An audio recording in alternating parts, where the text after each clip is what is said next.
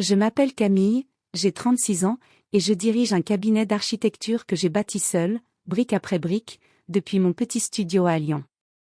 Ce que je vais vous raconter aujourd'hui, c'est comment ma propre famille a tenté de m'effacer le jour du mariage de ma cousine, et comment j'ai repris, calmement, tout ce qui m'appartenait. Si vous êtes du genre à croire que la loyauté se mérite et non qu'elle se donne par le sang, restez jusqu'à la fin. Tout a commencé 6 mois plus tôt.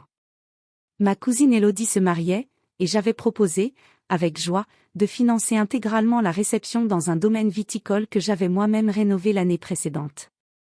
80 000 €, sortis de mes économies, pour offrir à cette famille qui m'avait toujours traité comme la pièce rapportée, la fille bizarre partie étudier loin, celle qu'on invitait par obligation plus que par envie. Je voulais, une fois pour toutes, prouver que j'avais ma place parmi eux.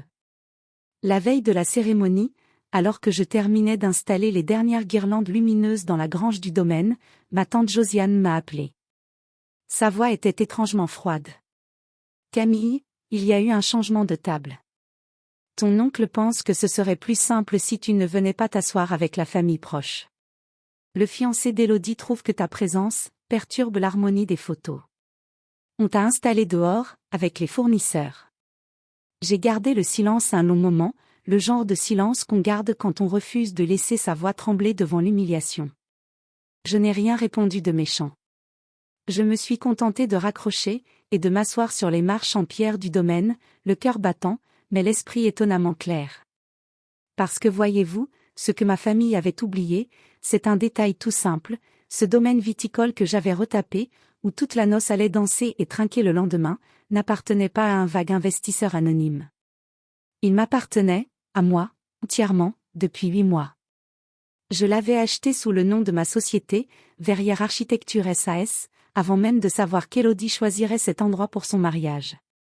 J'ai ouvert mon ordinateur portable, assise sous les étoiles, et j'ai relu tranquillement le contrat de location que j'avais signé avec ma propre tante pour la journée du mariage.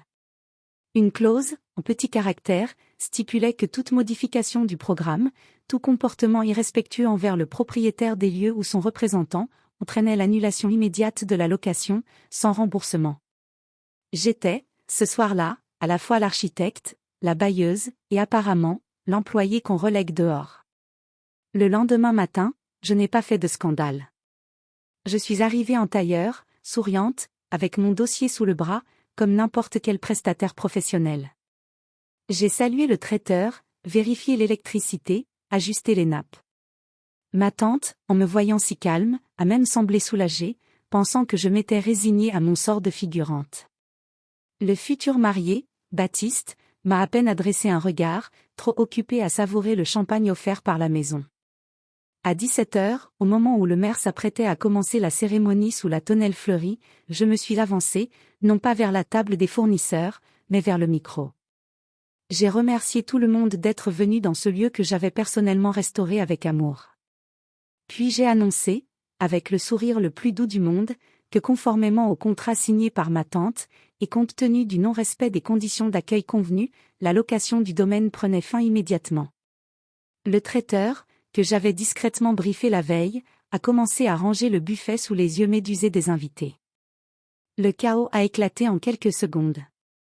Josiane s'est précipitée vers moi, le visage décomposé, suppliant, tandis qu'Élodie fondait en larmes dans sa robe de dentelle. Baptiste, rouge de colère, m'a traité de folle, de jalouse, de rabat-joie. Je leur ai simplement répondu que la jalousie n'avait rien à voir avec le respect, et que si j'étais bonne à financer leur bonheur, j'étais aussi assez grande pour le reprendre. Les 180 invités ont dû quitter les lieux avant même le premier toast, cherchant désespérément un autre endroit où célébrer, un dimanche soir, sans réservation.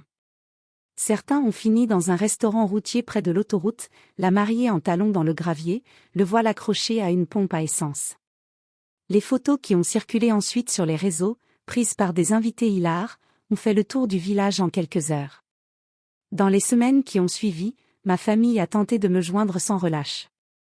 Messages vocaux tremblants de ma mère, lettres manuscrites de ma tante implorant mon pardon, appels de numéros inconnus de la part de Baptiste réclamant un dédommagement pour, disait-il, son mariage gâché.